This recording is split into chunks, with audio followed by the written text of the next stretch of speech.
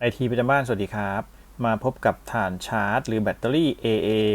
ที่เป็นชาร์จด้วย USB-C อีกหนึ่งยี่ห้อที่ค่อนข้างที่จะเป็นที่นิยมครับผมก็อดใจไม่ได้ที่จะสั่งซื้อมาใช้งานเองแล้วก็มาพิสูจน์มาทดสอบนะครับตัวนี้เป็นยี่ห้อ Clean Life and Dream Power นะครับเขาย่อเป็น CLDP นะครับเป็นขนาด 2A ความจุ 2,600 มิลลิวัตต์ 1.5 โวลต์นะครับลองคำนวณออกมาเป็นหน่วยมิลลิแอมนะครับก็เอา 2,600 หารด้วย 1.5 นะครับเท่ากับ 1,733 มิลลิแอมป์อาวนะครับเรามาดูกันว่าเขาจะถึง 1,700 หรือเปล่านะครับมาชมภายในก่อนมาพร้อมแพ็กเกจแบบนี้เลยผมสั่งซื้อมา 4 ก้อนนะครับตัวนี้ก็เป็นร้านค้าที่จำหน่ายนะครับ Rechargeable Battery Type C Cable Include นะครับด้านข้างก็มีข้อมูลนิดหน่อยด้านหลังข้อมูลชัดๆครับ 2,600 มิลลิวัตต์นะครับแล้วก็สเปค Full Charge 1.5 ถึง 2 ชั่วโมงนะครับเป็น USB-C สามารถใช้กับอุปกรณ์เหล่านี้ได้ทั้งหมดเลยก็ผู้ผลิต Made in China นะครับบริษัทอะไรพวกนี้ก็ข้อมูลตามนี้แพ็กเกจเขาเปิดด้านข้างนะครับออกมาเป็นลักษณะนี้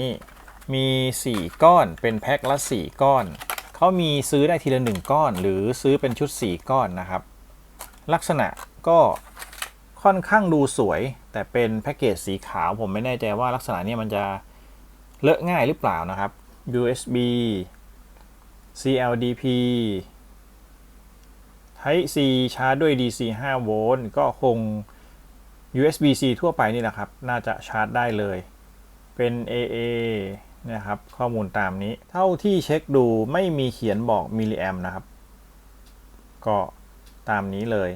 ลองเทียบกับแบตเตอรี่มาตรฐานที่ทุกคนใช้กันนะครับตัวนี้เป็นแบต 1.2 โวลต์ของ Eneloop นะครับมาดู USB-C ทางซ้ายเทียบกันความสูงนะครับเท่ากันเป๊ะได้มาตรฐานแต่ว่าจุกของ CLDP อาจจะเล็กนิดหน่อยแต่คิดว่าไม่น่ามีปัญหาอะไรนะครับชาร์จโดย USB-C ขนาดทรงกระบอกเหมือนกันนะครับโดยรวมเท่าที่ดูก็สวยดีแต่ว่าเวลาที่คุณซื้อแพ็กเกจ 4 ก้อนเนี่ยเขาจะแถม USB-C มาให้แค่ 2 นะครับไม่เหมือนยี่ห้ออื่นนะยี่ห้อนี้เป็น USB-A to 2 USB-C มันก็จะทำให้คุณชาร์จพร้อมกันได้ไม่หมดคุณก็จะสามารถชาร์จด้วยกันได้แค่ 2 ก้อนอีก 2 ก้อนคงต้องหาสายชาร์จอย่างอื่นชาร์จแทนนะครับก็คิดว่าน่าจะไม่มีปัญหาเพราะว่าผมมีสายชาร์จ 4 พอร์ตเยอะอาจจะใช้ของยี่ห้ออื่นนะครับยี่ห้อนี้เขาให้มาไม่ครบแต่ก็ไม่เป็นไรมาดูประจุกันว่าเขาทำได้ดีแค่ไหนผมใช้อะแดปเตอร์ตัวนี้เป็นอะแดปเตอร์5 โวลต์ 2.4 แอมป์ชาร์จจริงเอาไว้นะครับมาดูกันว่าจะมีไฟไหมไฟจะขึ้นมาบริเวณที่เป็นพอร์ตนะครับตัวนี้นะพอร์ตจะกระพริบสีเขียวฝั่งทางด้านซ้ายมือเท่านั้นฝั่งขวาไม่มีนะครับผมก็จะชาร์จทิ้งเอาไว้แบบนี้จนเต็มแล้วมาทดสอบต่อด้วย ZB2L3 นะครับตอนนี้ก็ชาร์จแบตเต็มนะครับพอเต็มแล้วไฟจะติดนิ่งสีเขียวทุกก้อนนะครับผมลองต่อทดสอบด้วยวงจร ZB2L3 ตามนี้จะลองทดสอบจ่ายประจุให้กับหลอดไฟทั้ง 4 ชุดนี้นะครับมาดูกันผมก็จะตั้งให้ไฟตัดที่ 0.5 เหมือนเดิมครับ 0.5 โวลต์นะครับก็เริ่มระบบนะครับ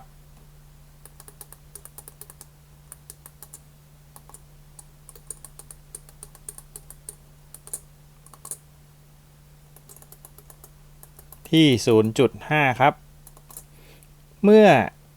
หลอดไฟสว่างไปเรื่อยๆนะครับแล้วแบตเตอรี่จ่ายไฟจนถึง 0.5 โวลต์ซึ่งโวลต์ตกค่อมเนี่ยจะลดลงเรื่อยๆนะครับโวลต์ของตัวฐานพวกนี้ตามหลักการพอโวลต์ลดลงไปถึง 0.5 โวลต์นะครับวงจรก็จะตัดพร้อมกับบอกว่าจ่ายประจุให้หลอดไฟได้กี่มิลลิแอมป์นะครับเดี๋ยวเรามาดูกันสังเกตดูไฟตกคล่อมนะครับตอนนี้เขามีการจ่ายกระแสไฟโดยเฉลี่ยที่ประมาณ250เนี่ยครับ245รวมๆก็ประมาณ250มิลลิแอมป์นะครับถือว่าโอเคนะการจ่ายไฟให้หลอดไฟถือว่าทำได้ตามมาตรฐานนะครับประมาณ240-250มิลลิแอมป์ก็โอเคครับ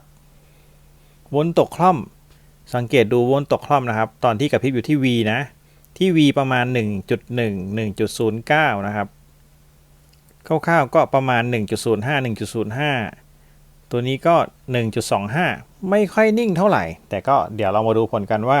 จะจ่ายประโยชน์เท่าไหร่นะครับ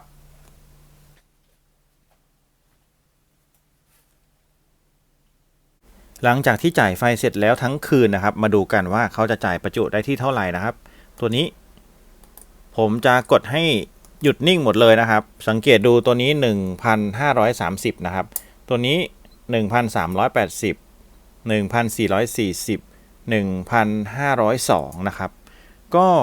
ลองบวกกันหารเฉลี่ยคร่าวๆนะครับก็ได้อยู่ที่ 1,463 มิลลิแอมป์นะครับเฉลี่ยจากทั้ง 4 ก้อนก็ค่อนข้างที่จะใกล้เคียงกันนะครับไม่มีกระโดดเท่าไหร่นะครับแต่ก็ไม่ได้มากมายอยู่ที่ประมาณ 1,463 นะครับตีซะประมาณ 1,500 ก็ยังถือว่าน้อยกว่าเบสตันนะครับเบสตันถือว่าเป็นอันดับ1นะครับรองลงมาก็จะเป็น MBLL ส่วน CLDP ทั้ง 4 ก้อนสีขาวนี้ก็อยู่ในกลุ่มของ Fujimax ตัวนี้สีส้มนะครับแล้วก็ Palo ทั้งหมดเลยถือว่าเป็น3ยี่ห้อที่ใกล้เคียงกันนะครับยี่ห้อที่มากกว่าขึ้นไปหน่อยก็จะเป็น MBLL แล้วก็ที่1เนี่ยผมให้เบสตันซึ่งเป็น Micro USB นะครับก็เอามาฝากประมาณนี้ยืนยันครับว่าใช้งานได้ดีนะครับแต่ก็ประจุอยู่ที่ 1,500 นะครับโดยเฉลี่ยก็เอามาฝากประมาณนี้ท่านใดต้องการทดสอบยี่ห้ออะไรคอมเมนต์ไว้ได้เลยเดี๋ยวผมจะหาทดสอบให้ซึ่งผมก็ซื้อมาใช้เองนี่แหละครับชุดละ4ก้อนเพื่อที่จะเอามาใช้กับ